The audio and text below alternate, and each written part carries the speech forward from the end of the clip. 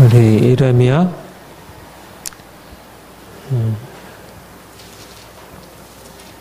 37장.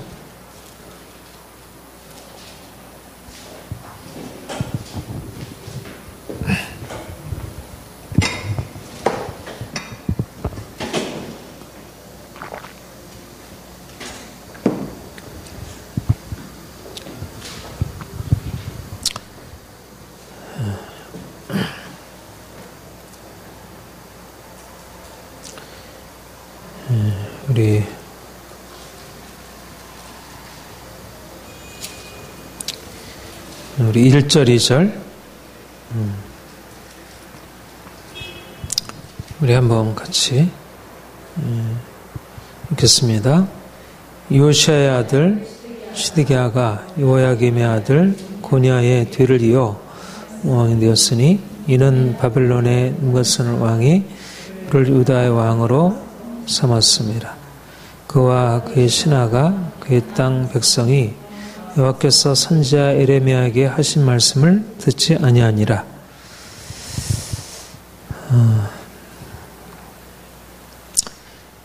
오늘은 유다의 멸망, 마지막으로 20대 왕 시드기야가 이제 다스리는 유다가 바벨론에 의해서 멸망되는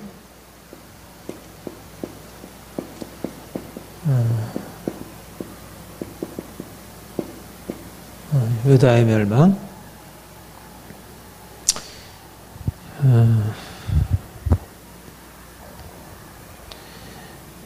이스라엘이 하나님의 언약 백성으로 부르심을 받았고요. 특별히 유다는 하나님이 특별히 구별하셔서 이 다윗왕을 세우시고, 그래서 특별한 하나님의 축복으로 세워져 있는 그런 나라였습니다. 그러니까 이스라엘과 유다, 특별히 유다의 경우에는 그래도 이스라엘에 비해서 하나님의 말씀을 그래도 떠나지 않으려고 했고, 신실하게 하나님을 섬기는 그런 왕들이 있었죠. 히스기야, 요시아와 같은 그런 여호사밧, 히스기야, 요시야, 그러니까 신실한 왕들이 있어서 하나님이 그들을 통해서 유다를 그래도 이제 이스라엘보다는 훨씬 이제 하나님이 그들을 그래도 긍정적으로 보아주셨는데, 그러나 결국은 이스라엘이 나간 것처럼 결국 유다도 이스라엘의 멸망을 보고서도 그들이 온전하게 회개에 이르지 못하고 결국 이제 심판을 받아서 바벨론에 의해서 멸망을 당하게 됩니다. 우리 예레미야가 활동하던 시절이 주로 이제 여호야김 때였고, 여호야김 시절에 그는 큰 고난을 당해야 했습니다. 특별히 여호야김은 굉장히 하나님의 말씀에 대해서 적대적인 사람이었고, 아주 강하게 선지자를 대적하는, 그리고 이게 바로 우리 36장에 보지만 에레미야가 전한 말씀을 바룩이 두루마리에다 기록하고, 그 말을 이제 그 여호야김 왕 앞에서 읽었을 때 읽는 족족 찢어서 불에 태우는 아주 강팍한, 하나님을 두려워하지 않는 강팍한 왕이었고, 그는 느부갓네살에 의해서 전쟁에서 죽임을 당하게 되죠. 그리고 그 뒤에 여호야김의 아들 여호야긴이 이제 왕이 되었는데, 그는 3개월 만에 느부갓네살이 이제 침공을 해서 그를 이제 포로로 잡아가게 되고, 그래서 그때 여호야긴과 함께 많은 이제 유다 백성들 관원들이 이제 포로로 잡혀가게 되고, 그리고 이제 요시야의 아들이 되는 여호야김과 이제 사촌간이 되는 시드기야가, 여호야긴의 삼촌 되는 시드기야가 왕으로 즉위하게 되었습니다. 느부갓네살이 그를 이제 왕으로 삼았다고 그랬습니다. 그런데 여기 2절에 보면, 37장 2절에 보면, 그와 그의 신하와 그의 땅 백성이 여호와께서 선지자 에레미야에게 하신 말씀을 듣지 아니하니라.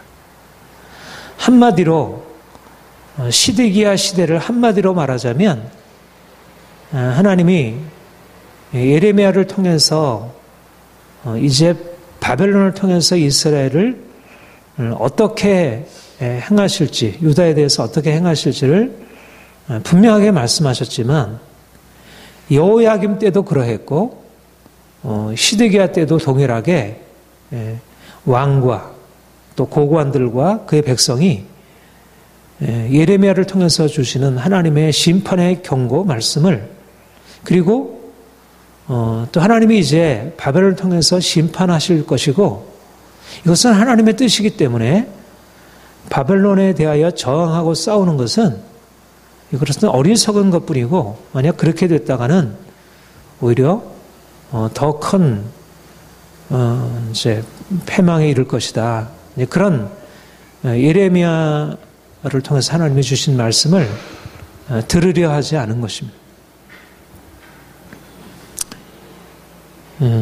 사실 시드기야 왕은 여호야김 왕에 비해서는 상당히 그래도 선지자를 존중할 줄 아는 왕이었습니다. 여호야김은 뭐 전혀 선지자의 말을 들으려고 하지도 않았고, 그냥 어떻게든지 잡아 죽이려고 하고 구덩이에 그래서 사실은 간신히 이러저러한 도움을 통해서 여호야김 때 예레미야가 이제 살아났는데, 시드기야 왕은 그보다는 훨씬 더 그래도 선지자를 두려워하는 왕이었고, 그 바로 다음에 보면 시드기야가 예레미야에게 사람을 보내어서 너는 우리를 위하여 우리 하나님 여호와께 기도하라. 하나님이 우리 이 유다의 형편에 대해서 지금 큰 위기 가운데 있는데 어떻게 될지 위해서 기도하라.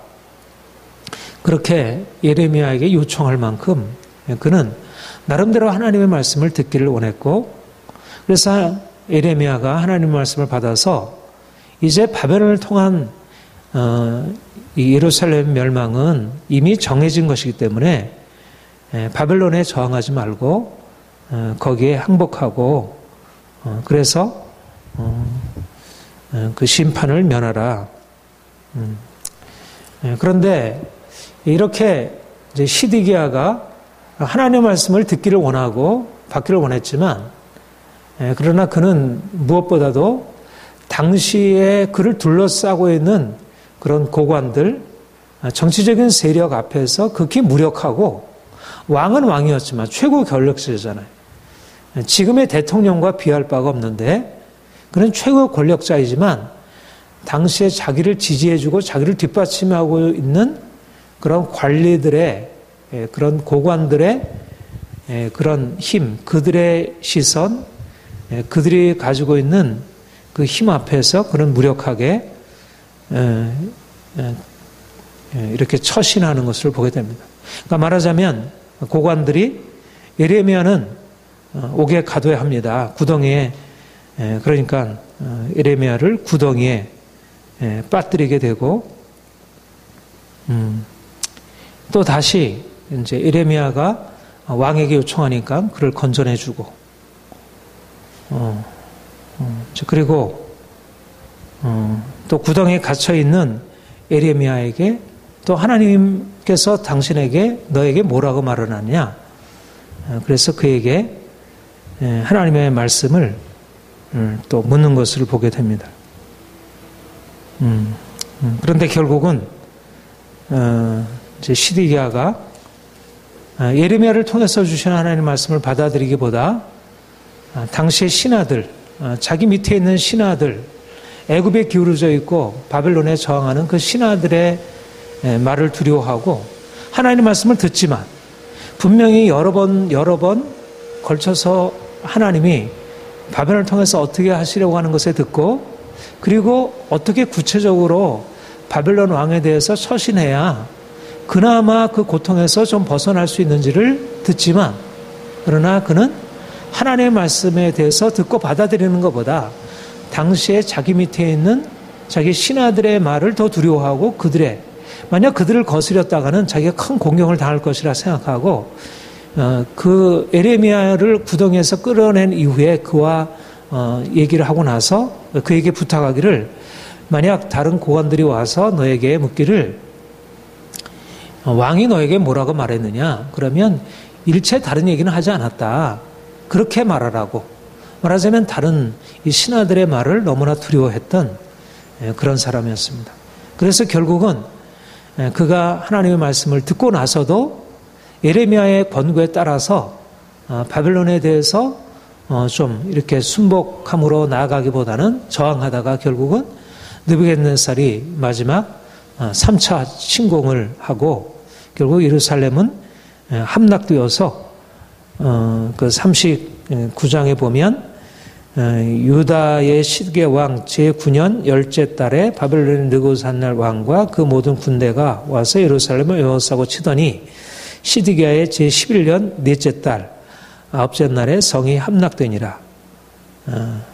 그래서 이제 바벨론 왕이 결국은 잡혀서 눈이 뽑혀 죽임을 당하고 그 아들들은 다 죽임을 당하고 대부분의 많은 사람들이 포로로 잡혀가게 되고 비참한 결국을 맞이하게 되는 것을 봅니다. 시드기야가 왕으로서 왕이 하나님의 백성 이스라엘 유다를 다스리는 통치 원리는 그의 손조 다윗이 그랬듯이 하나님의 말씀에 근거해서 어찌하든지 말씀에 근거해서 말씀의 뜻을 따라서 사람이 뭐라 하든 거기에 굳게 서서 움직이지 말아야 되는데 그는 결국 정치적인 상황에 밀려서 바벨론을 두려워하고 또 그러한 자기 밑에 있는 신하들을 두려워하고 결국 하나님의 말씀을 두려워하고 하나님의 심판을 두려워하는 것보다 하나님의 말씀을 소중히 여기기보다 결국 당시의 상황 속에서 사람들의 권고를 받아들이므로 결국 자기 자신의 운명도 비참하게 그리고 그 나라도 더 극심한 고통을 당하게 되는 그런 결국을 맞이하게 되었습니다. 한 공동체의 지도자가 하나님을 두려워하기보다 사람을 두려워하고 그 말을 따르게 될 때 어떠한 파국을 맞이하는지 중요한 것은 판단력인데 우리 주어진 상황에서 어떻게 판단을 내리느냐가 중요한데 결국 하나님의 말씀을 들어도 그 말씀에 기울어지기보다 상황에 의해서 흔들리고 사람들의 말에 의해서 흔들리는 것. 지금의 정치 지도자들도 대부분 여론의 이름으로 민심이라는 이름으로 사람들이 우왕좌왕하고 결국 어떤 원칙에 따라서 행하기보다는 사람들이 이끄는 대로 특별히 오늘날은 민주주의라는 그러니까 옛날이나 지금이나 하나님의 말씀이 율법이 이 통치 원리가 되는 것이 아니라 사람들의 생각이 힘이 여론이 어떤 통치의 지배 원리가 되면 결국 배가 표류하게 되고 침몰의 위기를 맞이하는 것을 봅니다. 중요한 것은 우리가 그래서 날마다 하나님 앞에 끼어 서 있어야 특별히 지도자로서의 사명은 사람들이 무엇이라 반응할까 어떻게 하면 이 위기 상황에서 벗어날까가 아니라 대통령이 또 목회자가 가정의 부모가 회사의 사장이 어떻게 처신할까 하는 것은 무엇보다도 하나님이 말씀하시는 것을 듣고 그것이 인간적인 판단에 합당하지 않아 보여도 또 사람들이 그것에 대해서 아주 부정적으로 반응한다 하더라도 그 하나님 말씀에 반응할 수 있는 그런 영적인 견고함, 사람에게 휘둘리지 않은 것, 이것이 얼마나 중요한지를 우리 시드기야의 마지막 왕 시드기야의 몰락을 통해서 깨닫게 됩니다. 그리고 이제 40장 이하에 보면 이제 느부갓네살이 사령관 느부사라단이라는 사람을 세워서 예루살렘과 유다의 포로를 바벨론으로 옮겨가고 그리고 이제 유다에는 그다랴라는 이제 총독을 세우게 됩니다. 그래서 그다랴가 그 땅 남은 유다 백성들에게 이르기를 이제 바벨론이 이 나라를 다스리게 되는데 여러분들은 바벨론의 그 권세에 굴복하고 갈대아 사람을 섬기기를 두려워하지 말고 그리고 그곳에서 이곳에서 평안을 누리도록 하라 이렇게 권고를 했는데 그래서 그렇게 이제 유다 백성들이 머물러 있는 중에 이제 이스마엘이라고 하는 왕족이 그다라를 배반하고 그를 죽이고 유다 백성들을 암몬 자손에게로 끌고 가게 됩니다. 그리고 그 이후에 요하난이라는 이제 그 41장 11절에 보면 가레의 아들 요하난과 그와 함께 있는 모든 군 지휘관이 느다라의 아들 이스마엘이 행한 모든 악을 듣고 이제 이스마엘과 싸워서 그를 죽이고 이스라엘 백성들을 애굽으로 이제 끌고 가게 됩니다. 그러니까 중요한 것은 뭐냐면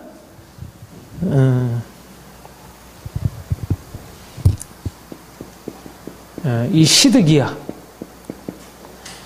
시드기야가 하나님의 말씀을 따라 행하기보다 당시에 그 신하들의 어떤 그런 여론에 따라서 움직임으로 하나님의 말씀을 거역했다면 이 요하난이라는 새로운 지도자, 이제 이미 유다는 멸망했고 유다 땅은 바벨론의 포로가 되어서 하나의 식민지가 된 상태이죠. 그래서 이 이후에 이스라엘 백성들, 유다 백성들이 어떻게 해야 할까? 이 가운데서 무엇을 행해야 될까?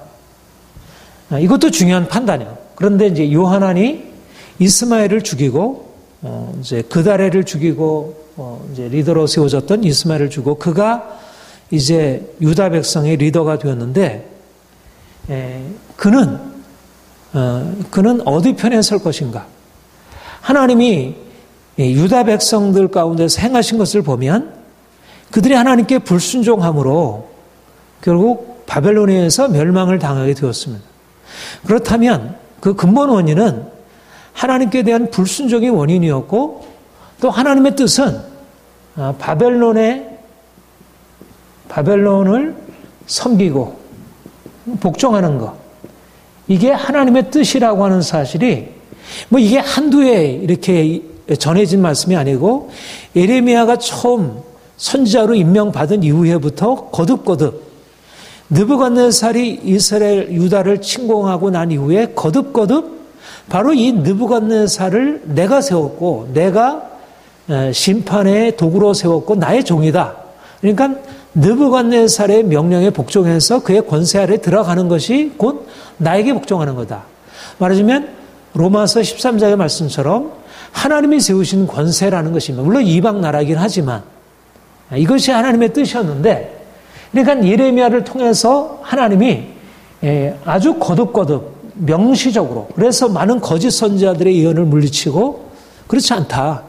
당신들이 평안이라 말하지만 예루살렘이 바벨론에 의해서 멸망당하는 것이 하나님의 뜻이고 바벨론을 섬기는 것이 하나님의 뜻이다. 이렇게 계속해서 거듭거듭 싸워서 말하자면 이미 현실적으로 증명된 말씀인 것입니다.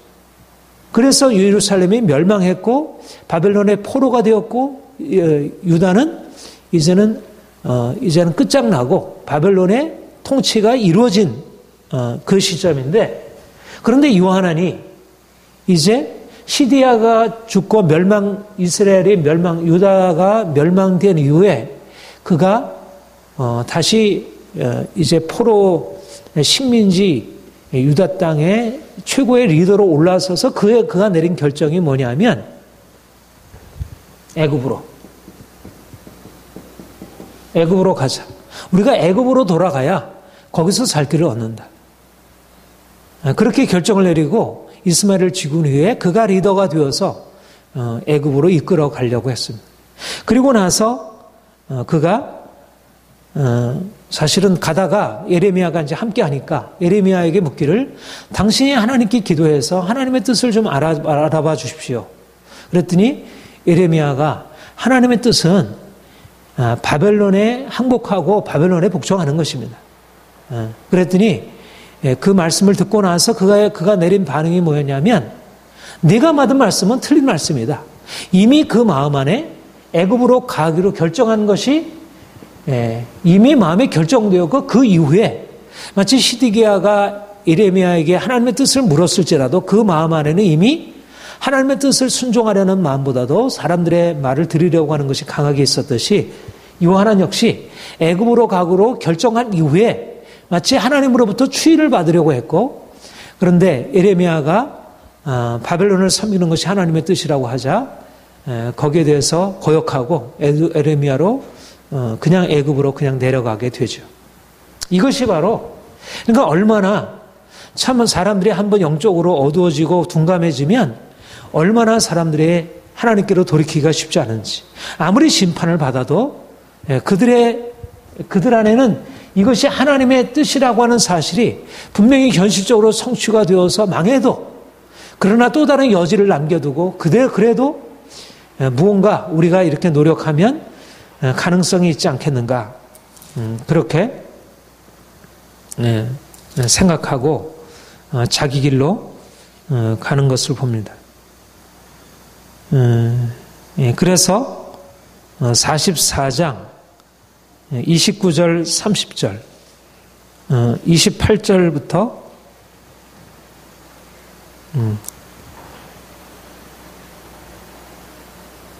27절부터 30절까지 한번 애굽으로 내려가는 요한왕과 그의 백성들에게 하나님이 주신 경고의 말씀을 한번 읽어보겠습니다. 시작.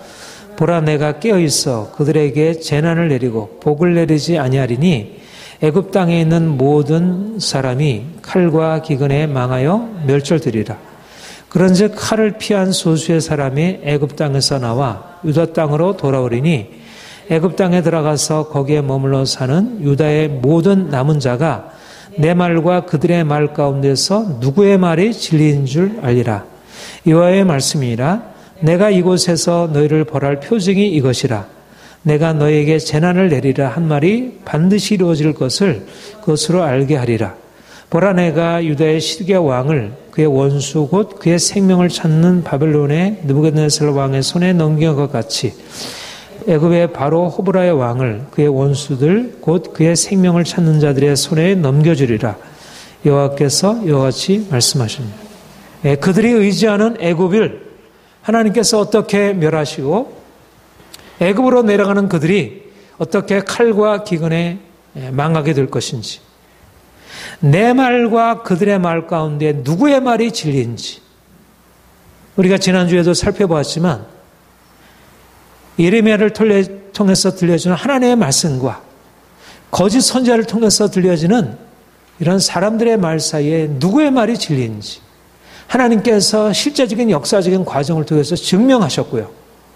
마찬가지로 또 애굽으로 내려가면서 하나님의 거듭거듭 말씀하시는 하나님의 뜻을 거역하고 마치 이것이 새로운 가능성의 길이 열려져 있는 것처럼 또 다른 인간적인 가능성을 붙들고 나가는 그들에게 내 말과 그들의 말 사이에 누구의 말이 진리인 줄을 내가 보여주리라.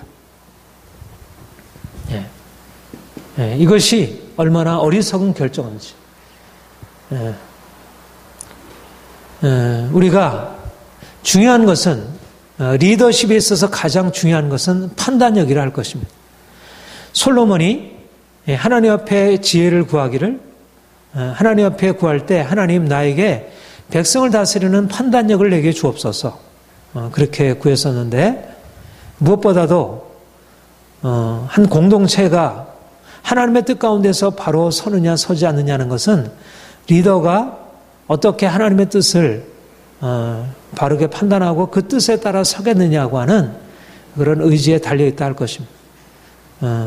시드기야 같은 리더 또 요한왕과 같은 리더가 하나님의 말씀을 듣고서도 거듭고도 하나님의 말씀보다는 자기의 생각, 자기의 판단력, 사람들의 말에 귀를 기울이므로 결국은 모든 사람들을 그와 함께 망하게 되고 고통을 당하게 하는 어리석음을 보게 됩니다. 오늘날도 교회의 리더가 또 정치적인 리더가 하나님의 말씀을 거스려서 자기의 판단을 따르게 되고 사람들의 판단을 따르게 되면 어떻게 치명적인 그런 파국을 가져오는지 보게 되고 우리가 하나님 앞에 구할 것은 하나님 이 땅의 지도자들에게 하나님의 판단력을 주셔서 사람들의 생각에 따라서 이렇게 하면 좋은 결과가 주어지리라 어떤 정치적인 판단이 아니라 사람들의 뜻에 따른 판단이 아니라 하나님의 뜻을 따라서 순종할 줄 아는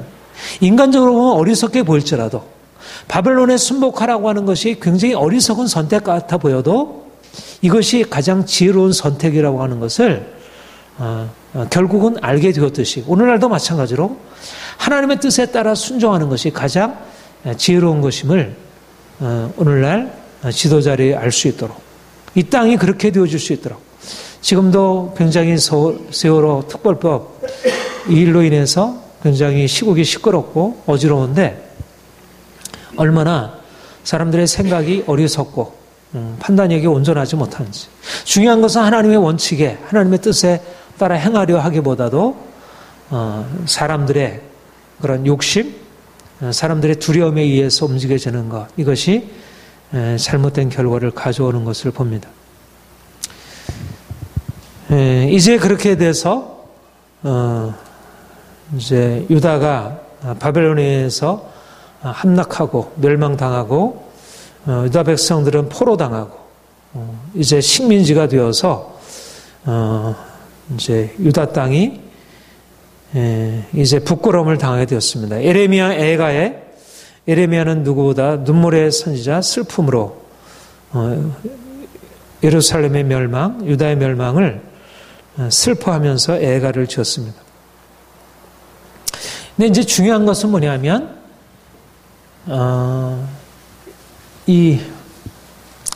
사실은 시드기야도 그렇고 요하난도 그렇고 굉장히 위기 상황의 리더들이잖아요. 그런데 위기 상황의 리더를 할지라도 위기 상황 그 자체가 위기가 아니고 위기 상황을 어떻게 받아들이냐가 중요합니다. 위기 상황 그 자체는 위기가 아닙니다. 객관적인 위기가 아니라 그 상황에 대한 사람들의 판단과 해석이 문제가 되는 것입니다. 만약 시드기야가 그때라도 시드기야가 잠시 하나님 말씀에 순종한 적이 있었죠. 백성들에게 노예를 해방시키라고 했습니다. 그랬더니 시드기야가 그 말씀에 따라서 노예를 해방시키라고 했고 고관들이 그 말씀을 따라서 노예를 해방시키기까지 했습니다. 그런데 다시 고관들이 그거를 취소하고 다시 노예를 다시 잡아들이게 되죠. 그래서 하나님이 그들에 대해서 진노하시는 것을 말씀하십니다. 그러니까 사실은 위기 상황 그 자체가 문제가 아니라 위기 상황에서도 하나님의 뜻에 순복하여 나가게 되면 하나님이 크게 기뻐하시고 마치 탕자가 그런 위기 상황을 통해서 이제 완전히 죽게 되었다 할지라도 그가 회개하고 아버지께로 돌이킬 수 있는 좋은 기회를 맞이할 수 있죠. 그러면 오히려 맏아들보다 더 큰 축복으로 들어가게 되는 거죠. 위기 상황이 위기가 아니고 위기 상황을 어떻게 해석하고 어떻게 받아들이냐가 중요합니다. 그러니까 이스라엘 백성 유다가 바벨론에서 심판받았다는 그 사실, 객관적인 사실이 위기가 아니라 그 위기에 대한 인간의 해석이 중요한 것입니다. 중요한 것은 시드기야가 힘이 없어서 정치적인 힘이 없어서 바벨론에서 패망을 당하게 됐다는 것이 아니고 그 상황에 대해서 잘못 판단했다는 것입니다. 그가 하나님의 말씀을 듣기보다 오히려 사람들의 말을 들었다는 것. 마찬가지로 요한도 아주 좋은 교회였죠. 좋은 교회였고 그가 이스마엘을 죽이고 나서 하나님의 예레미야를 통해서 주신 말씀이 오라. 그래서 이스마엘이 하려고 했던 것을 이제 돌려서 다시 바벨론에게 복종하기로 했다면 그나마 남은 시민지 백성들을 위해서 선정을 베풀고 그가 오히려 이스라엘의 유다에게 유익한 일을 할 수 있었을 것입니다. 위기 상황 그 자체가 위기가 아니라 위기 상황을 어떻게 해석하느냐 그 가운데서 하나님의 뜻을 알게 되면 오히려 그것이 유익할 수 있다는 것. 이런 의미에서 예레미야 애가는 그야말로 고통 가운데 이제 이스라엘 유다가 바벨론에 의해서 패망을 당한 너무나 부끄러운 일이고 고통스러운 일이지만 그 가운데서 하나님의 뜻을 깨닫고 하나님 앞에 서고자 하는 그 태도. 애가는 그냥 슬픈 노래가 아니고 그 슬픔 가운데서도 하나님 앞에 어떻게 서는지를 우리에게 보여주는, 말하자면 이것은 희망의 노래인 것입니다. 단지 슬픔의 노래가 아니라 결국 이스라엘이 유다가 바벨론에 의해서 멸망당하게 되었을 때 어떤 자세로 있어야 그 멸망의 상황에서 건짐을 받을 수 있을지. 중요한 것은 겉으로 나타난 저주가 아니고 그 겉으로 나타난 저주 안에서 들어있는 영혼의 질병과 고통인 것이지. 그러니까 이제 하나님을 떠나게 되었고 그들 안에 영혼이 완전히 하나님 앞에 그야말로 완전히 죽어 이제는 아무런 반응을 일으킬 수 없는 그런 상황이 되었는데 그 가운데서 하나님의 예레미야라는 살아있는 하나님의 사람을 일으키셔서 그를 통해서 말하자면 유다 전체가 다시 살아날 수 있는 그러한 영혼의 부르짖음을 하나님 앞에서 자신의 부끄러움과 자신의 고통을 하나님 앞에 내어놓고 하나님의 긍휼을 구하는 그런 기도로 나아가는 것. 이것이 바로 예레미야라 애가라 할 수, 단지 슬픔의 노래가 아니라 영혼이 치유되고 회복되어지고 하나님의 나라가 다시 임할 수 있는 그런 오히려 기회로 나아갈 수 있는 그러한 믿음의 찬양이기도 하다. 그렇게 여겨집니다. 예레미야 애가가 이제 5장에 걸쳐서 있는데 오늘 우리가 3장을 한번 주목해서 보도록 하겠습니다. 우리 3장 1절부터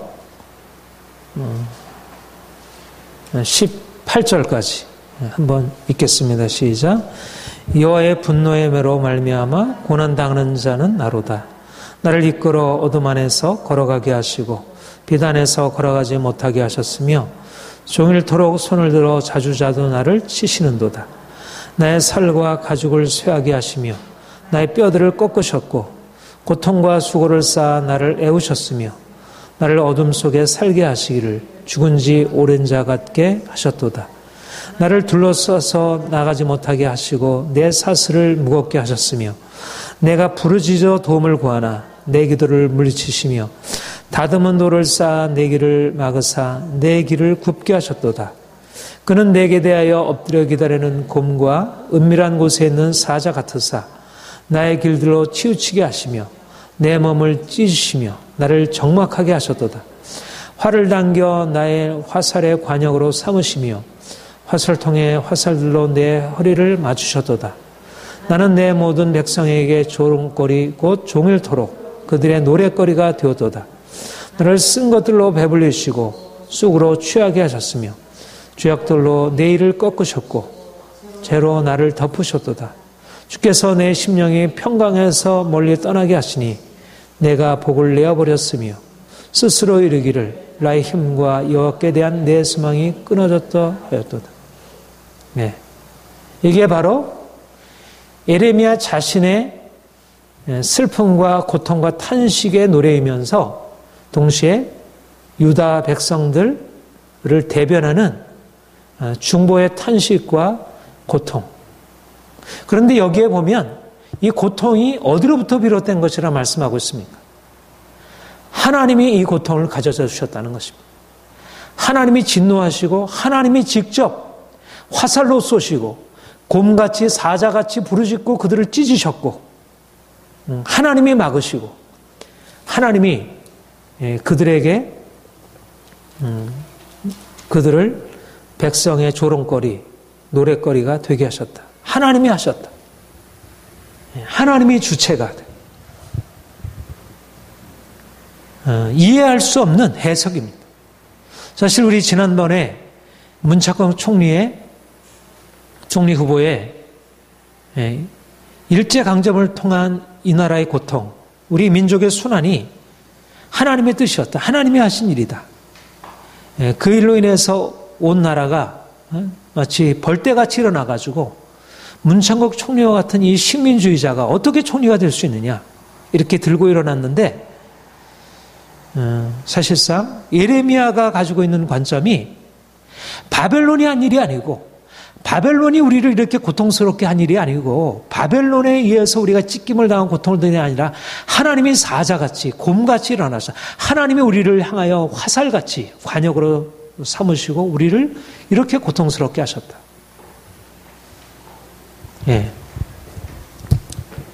무엇보다도 우리가 고통을 당할 때, 고난을 당할 때, 개인적인 고난이나 우리 공동체의 고난이나 교회의 고난이나 나라의 고난을 당할 때 가지고 있는 가장 중요한 관점이 하나님의 주권, 하나님이 하셨습니다.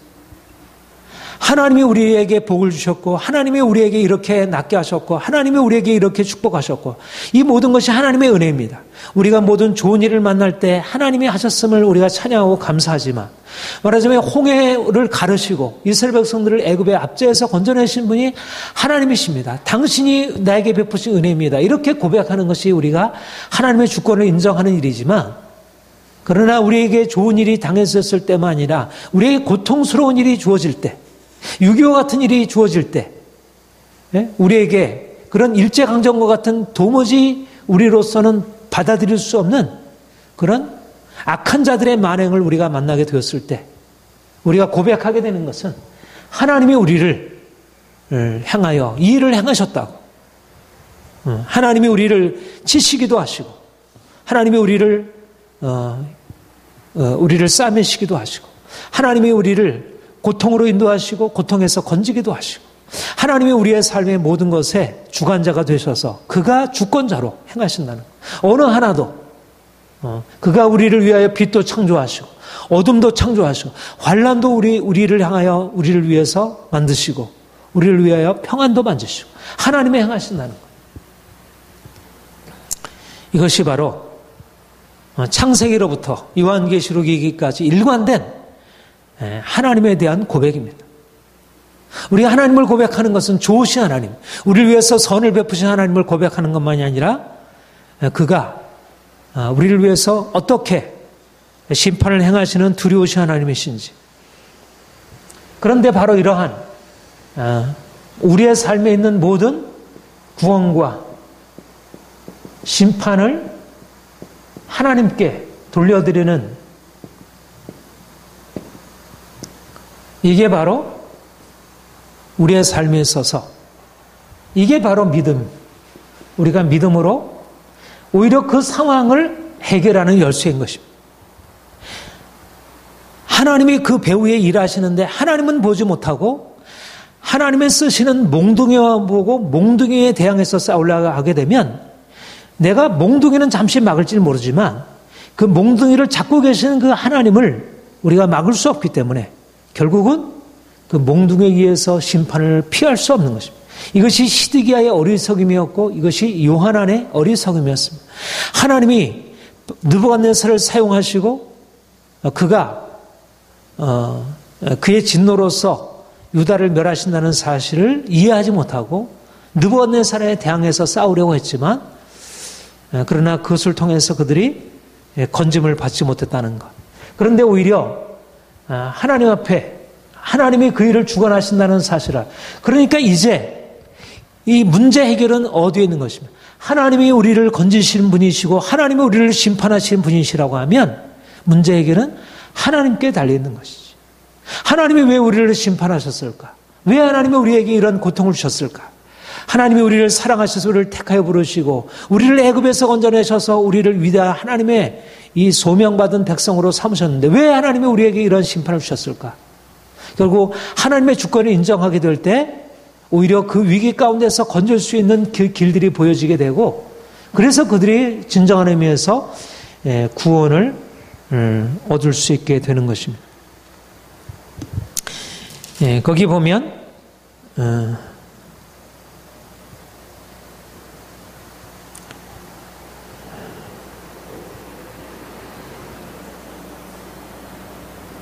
다음 절 19절부터 30절까지 한번 같이 읽겠습니다. 시작. 내 고초와 재난 곧 쑥과 당즙을 기억하소서. 내 마음이 그것을 기억하고 내가 낙심이 되오나 이것을 내가 내 마음에 담아두었더니 그것이 오히려 나의 소망이 되었사옴은 여호와의 인자와 긍휼이 무궁하심으로 우리가 진멸되지 아니함이다. 이것들이 아침마다 새로우니 주의 성실하심이 크시도소이다.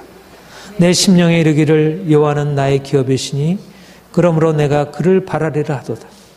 기다리는 자들에게나 구하는 영혼들에게 여호와는 선하시도다. 사람이 여호와의 구원을 바라고 잠잠히 기다림이 좋도다. 사람은 젊었을 때 멍에를 메우는 것이 좋으니 혼자 앉아서 잠잠할 것은 주께서 그것을 그에게 메우셨습니다. 그대의 입을 땅의 티끌에 댈지어다. 혹시 소망이 있을지로다. 자기를 치는 자에게 뺨을 돌려대어 치욕으로 배불릴지어다. 이는 주께서 영원하도록 버리지 아니하실 것임이며 그가 비록 근심하게 하시나 그의 풍부한 인자하심에 따라 긍휼히 여기심을 것이라. 거기까지요.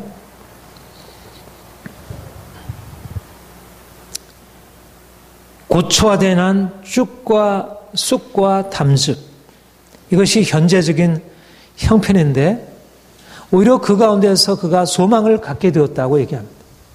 오히려 소망이 있습니다. 하나님을 바라볼 때 소망이 있습니다.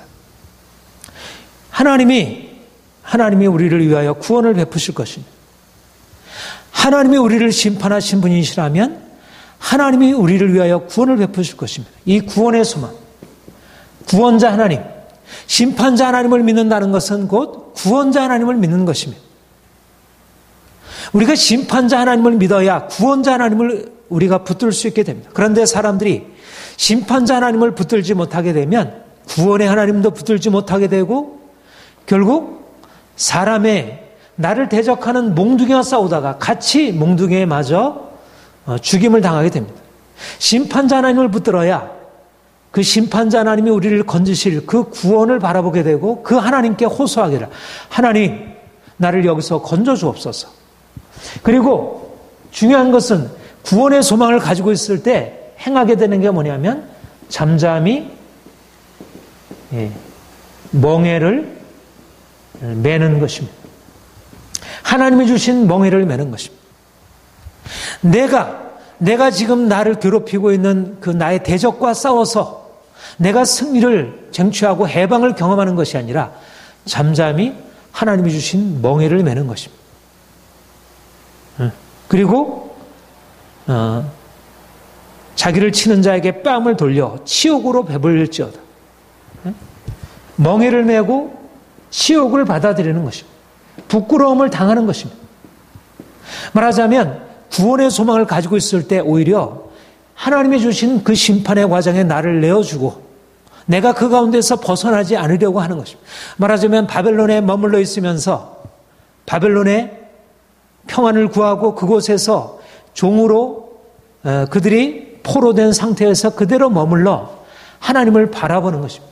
중요한 것은 우리 편에서 무엇을 행하는 것이 아니라 하나님이 베푸실 구원의 때까지 잠잠히 기다리고 멍에를 부끄러움을 치욕을 받아들이고 행하는 것. 이것이 바로 믿음의 자세인 것입니다. 왜 그렇습니까? 이 안에는 내가 멍에를 메고 치욕을 받아들이는 것은 무엇 때문입니까? 우리가 자신의 죄에 대한 인정, 자신의 죄에 대한 회개, 하나님이 내게 대하여 행하신 것이 결코 지나친 것이 아니다. 하나님을 바라보지 못하는 사람들에게는 다른 사람이 내게 대해서 행한 악만 바라보고 그것에 대해서 자기가 당한 피해만 바라보고 어떻게든지 그것에 대해서 자기를 지키려고 하지만 내가 하나님을 바라보게 되면 하나님이 나에 대해서 바라보시는 관점, 내가 얼마나 하나님 앞에서 악한 죄인인지, 내가 이 멍에를 메고 이 치욕을 당하는 것이 결코 부끄러운 것이 아니고 너무나 당연한 것임을 인정하는 것이, 말하자면 겸손하게 자기의 죄악을 인정하고 하나님 앞에 부끄러움을 고백하는 것입니다. 하나님의 그 고난 가운데서 우리에게 말씀하시려는 것, 바로 이와 같은 겸손. 하나님이 우리에게 왜 심판을 행하시는가? 우리의 교만을 깨뜨리고 하나님을 떠나서 행했던 우리의 모든 악한 것을 깨뜨리고 낮추셔서 우리로 하여금 하나님 앞에 우리의 불신앙을 고백하고 우리의 불순종을 고백하고 하나님 앞에 우리의 자신을 내어놓도록 하기 위해서. 그러니까 하나님 앞에 서게 되면, 하나님 앞에 서지 않은 사람들과 근본적으로 다른 것은, 하나님 앞에 서지 않은 사람들은 자신은 선한 사람인데 무고하게 악한 사람에 의해서 피해를 받았다는 피해자 의식을 가지고 있습니다.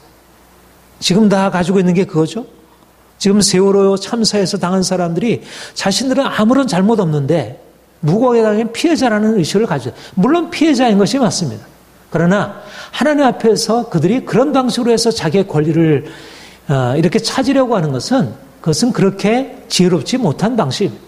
중요한 것은 그 가운데서 자신이 좀 더 겸손하게 낮추어서 하나님의 내게 무엇을 말씀하시는지, 자기의 먼저 자신을 돌아봐 자신이 주 앞에 부끄럽게 행한 것을 돌이키고 하나님이 우리를 위해서 정의를 행하시도록, 중요한 것은 하나님이 우리를 위해서 정의를 베푸시고 그가 심판을 행하셔야지, 내가 심판자가 되어서 싸우려고 하면 결국은 하나님의 심판이 내게 계속되어지는 것입니다. 중요한 것은 우리가 하나님 앞에 자신의 죄악을 인정하고 깨닫는 것.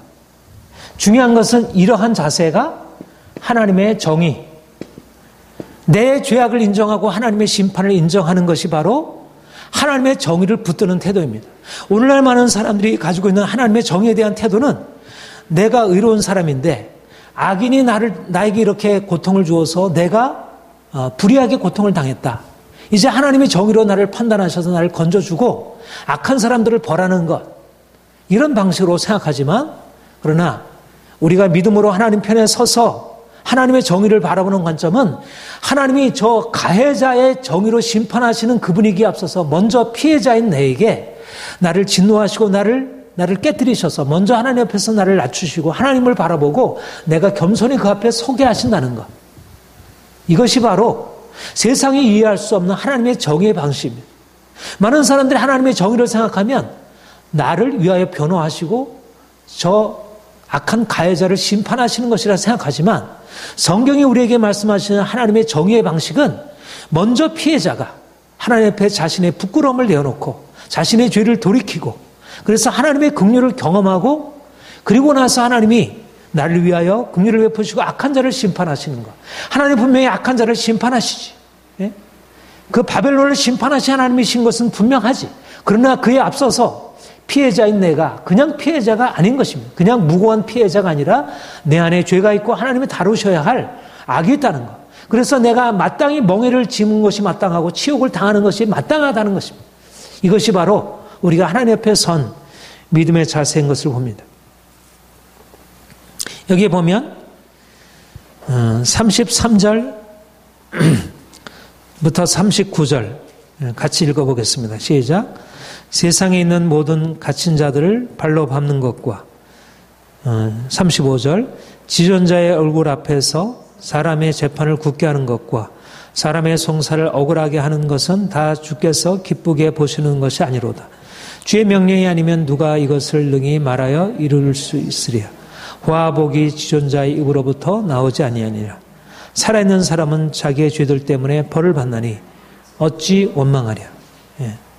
하나님이 유다 백성을 바벨을 통해서 심판하시는 것은 그분의 정의와 결코 모순되지 않는다는 것입니다.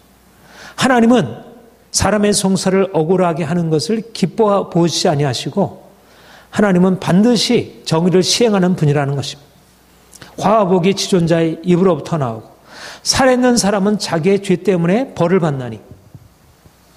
그러니까 하나님 앞에서 하나님의 정의를 바라보고 내가 고통을 당하는 것은 바로 내 죄 때문이다. 이런 관점으로 우리가 서는 것이 우리가 하나님의 정의 편에 서는 것이고, 그래서 다른 사람을 원망하기보다 나에게 해를 가한 사람들에 대항해서 싸우려 하기보다 그 다음에 다음 절의 말씀처럼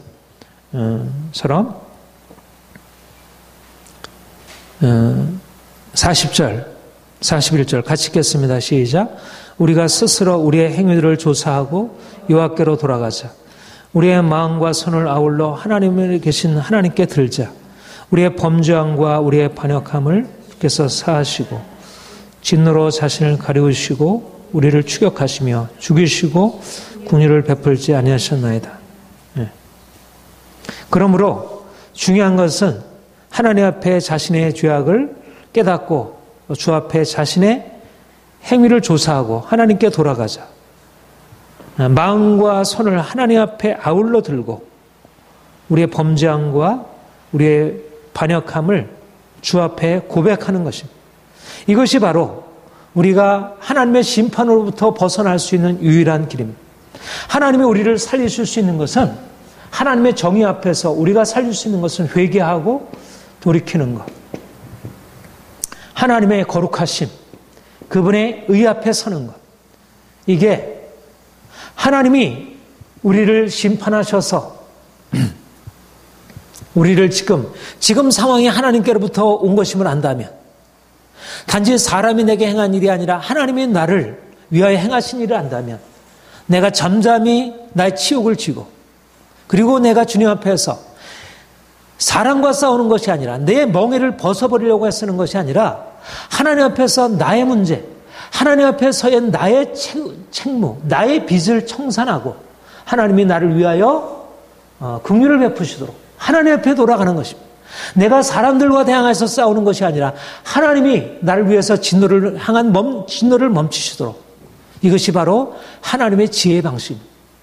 이것이 세상과 다른 하나님 백성들이 취할 방식이었고 하나님이 이스라엘을 이를 위하여 택하신 것입니다. 세상 사람들은 강한 자가 약한 자를 침략할 때 약한 자가 강한 자를 대항해서 싸우는 것 이것이 유일한 방식이지만 그런데 하나님이 우리에게 말씀하는 것은 약한 자로서 강한 자에 대항하여 싸우는 것이 아니라 하나님 앞에서 자신의 죄악을 회개하고 내가 하나님 앞에 의롭게 성결하게 서는 것 이것이 바로 강한 자에게 대항해서 싸울 수 있는 여기에 바로 하나님의 능력, 하나님의 권세, 하나님이 우리에게 함께 하시는 그 커다란 능력이 바로 의와 거룩함이 세상을 이길 수 있는 권세를 가져다 줘. 왜 우리가 세상을 향해서 부끄럽게 되고 왜 세상에서 짓밟히게 되는가?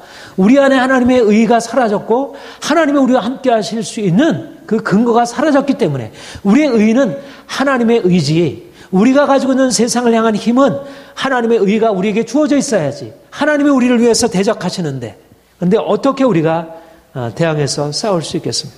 이렇게 우리가 하나님 앞에 돌이키게 될 때 하나님이 우리에게 말씀하는 것은 하나님의 긍휼입니다. 우리 21절부터 23절 같이 읽겠습니다. 시작. 이것이 21절 시작. 이것을 내가 내 마음에 담아두었더니 그것이 오히려 나의 소망이 되었사오며 여호와의 인자와 긍휼이 무궁하심으로 우리가 진멸되지 아니함이니이다. 이것들이 아침마다 새로우니 주의 성실하심이 크도소이다. 우리가 잘 아는 찬송에도 나오는 말씀입니다. 하나님의 인자와 긍휼이 무궁하심으로 우리가 진멸되지 아니함이니이다. 하나님은 정의로 우리를 심판하시는 분이시지만 하나님은 인자와 긍휼이 무궁하신 분. 잠시 그분이 노하실지라도 그분의 인자와 긍휼은 영원하시고 그가 우리를 위하여 긍휼을 베푸시기 때문에 우리가 진멸당하지 아니한다. 겉으로 나타나는 것은 진노 같고 우리가 진멸당하는 것 같지만 우리는 영원히 진멸당하지 아니하고 하나님의 영원한 긍휼과 인자하심으로 우리가 다시 살아나리라.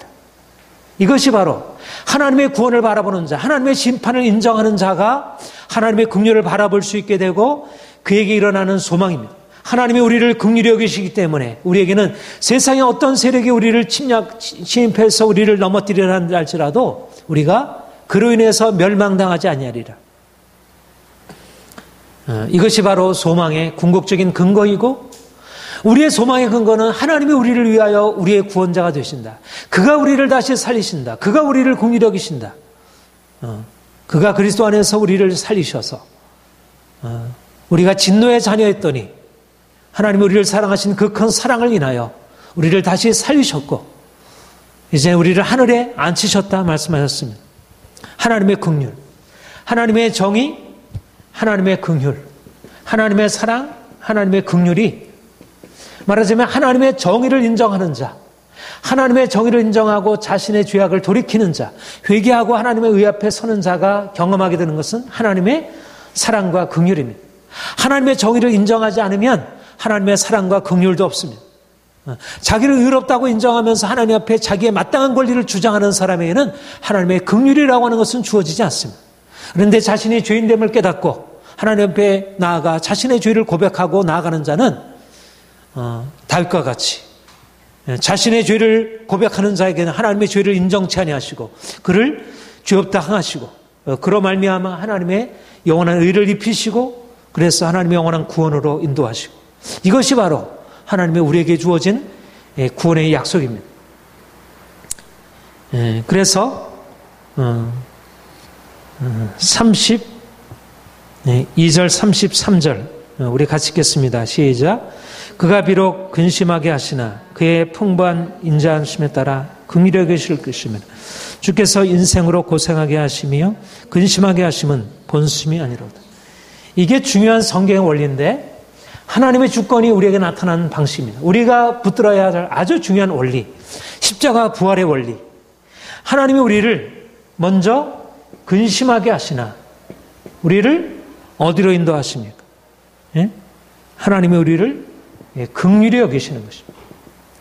우리를 심판하시고 그분이 우리를 정의로 심판하시지만 그래서 우리가 근심하고 두려워하게 되고 우리가 절망하게 되지만 이것을 통해서 하나님이 이루시려는 궁극적인 목적은 그의 사랑을 베푸셔서 구원하시고 그래서 우리로 하여금 하나님의 행하신 일을 찬양하도록 하나님이 우리를 근심하게 하시고 우리를 심판하시는 이유는 우리를 위해서 긍휼을 베푸시고 우리로 사랑하셔서 우리를 구원을 베푸시는 이 하나님의 과정, 이 십자가라고 하는 하나님의 과정을 우리가 인정하지 않으면 하나님이 우리를 위해서 베푸시는 이 부활의 큰 승리가 우리에게 있을 수 없다는 것. 하나님의 중요한 원리입니다. 이 십자가의 중요한 원리.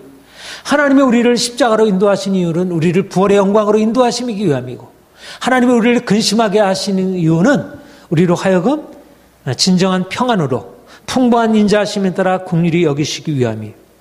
인생을 고생하게 하심이 본심이 아니라는 것입니다. 루터가 말하기를 하나님이 우리에게 가지고 계신 두 마음이 있다는 것입니다. 하나는 낯선 하나님의 의가 있고 그리고 본래적인 의가 있고 하나님이 우리에게 베푸시는 것은 우리에게 낯설게 여겨지는 거예요. 이게 어떻게 하나님의 얼굴인가? 이게 어떻게 하나님이 행하신가? 우리를 깨뜨리시고 낮추시는 것이 우리가 어떻게 하나님이라 할 수 있는가? 그런데 하나님이 우리에게 그 낯선 그분의 행위를 통해서 우리로 하여금 본래적인 그분의 행위 하나님이 우리를 근심케 하시는 것은 본심이 아니고 우리를 오히려 기쁘게 하고 우리를 즐겁게 하기 위한 하나의 과정이었음을 하나님이 우리로 깨닫게 하십니다. 하나님이 지금도 우리의 개인적인 삶 가운데서 이 일을 행하시고 있습니다. 하나님 우리를 광야로 인도하셔서 광야의 과정을 통해서 연단받은 자에게 가나안의 축복을 주시고 우리를 잠깐 근심하게 하신 그분이 우리를 영원한 기쁨으로 평안으로 인도하시게 하십니다. 이것을 우리가 바라보게 될 때 우리가 고통 가운데서도 잠잠히 하나님의 얼굴 구하고 낙심하지 아니하고 그분이 베푸시는 구원의 과정으로 들어갈 수 있습니다. 그래서 우리가 날마다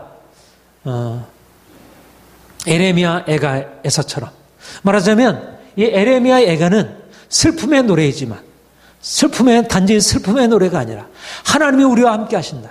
결코 지금은 슬퍼할 때가 아니다. 인간적으로 슬퍼하고 근심할 때가 아니라 오히려 하나님이 우리를 위해서 베푸시는 이 구원을 바라보고 희망을 품고 믿음으로 견디며 나아가자. 이 슬픔의 날에 우리가 결코 좌절하지 말자.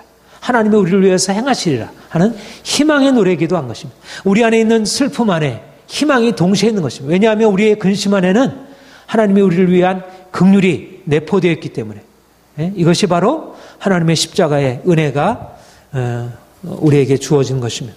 오늘도 이 세상을 향하여 주께서 우리에게 행하시는 이 심판과 구원의 과정을 우리가 받아들이고 온 세상을 향해서 하나님의 행하시는 방식, 세상과 다른 방식으로 하나님이 행하시는 이 십자가의 도, 우리를 낮추시고 우리를 그걸 통해서 높이시나니 우리를 근심케 하시고 우리를 다시 우리를 웃게 하시는 그 하나님을 우리가 경험하고 온 세상에 이 하나님을 전거할 수 있기를 소망합니다.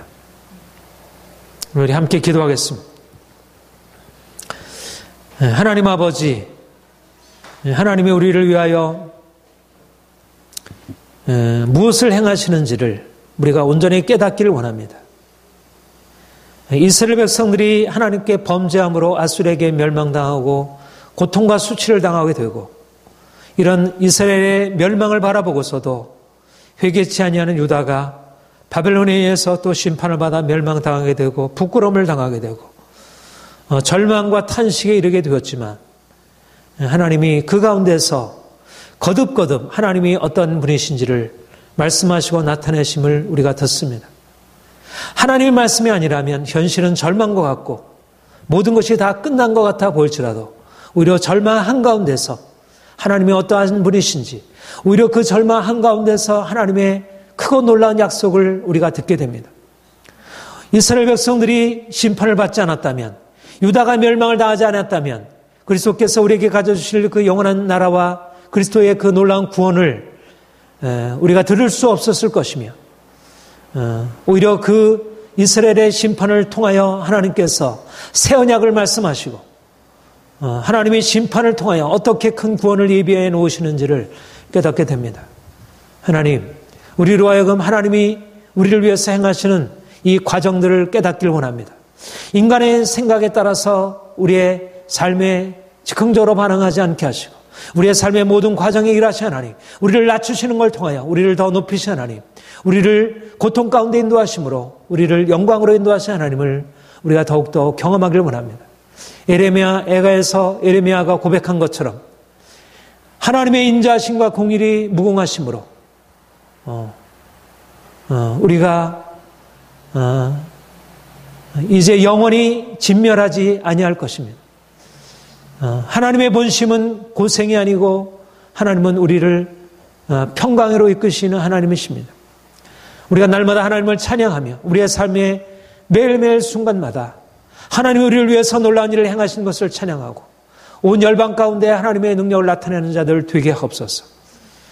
사람들이 십자가를 부끄러워하고 고난을 기뻐하지 아니하고 세상 욕심에 따라서 세상 헛된 것을 추구하고 또 그것을 잃어버렸을 때 고통과 절망 가운데 빠지게 되지만 주여 우리로 하여금 하나님의 말씀을 붙들고 하나님이 우리를 이끌어 가시는 모든 과정 속에 순복하며 기뻐하며 나아갈 수 있게 없어서 세상을 향하여 십자가를 증거하는 믿음의 사람들을 되기를 원합니다. 감사드립니다. 예수님의 이름으로 기도합니다. 아멘.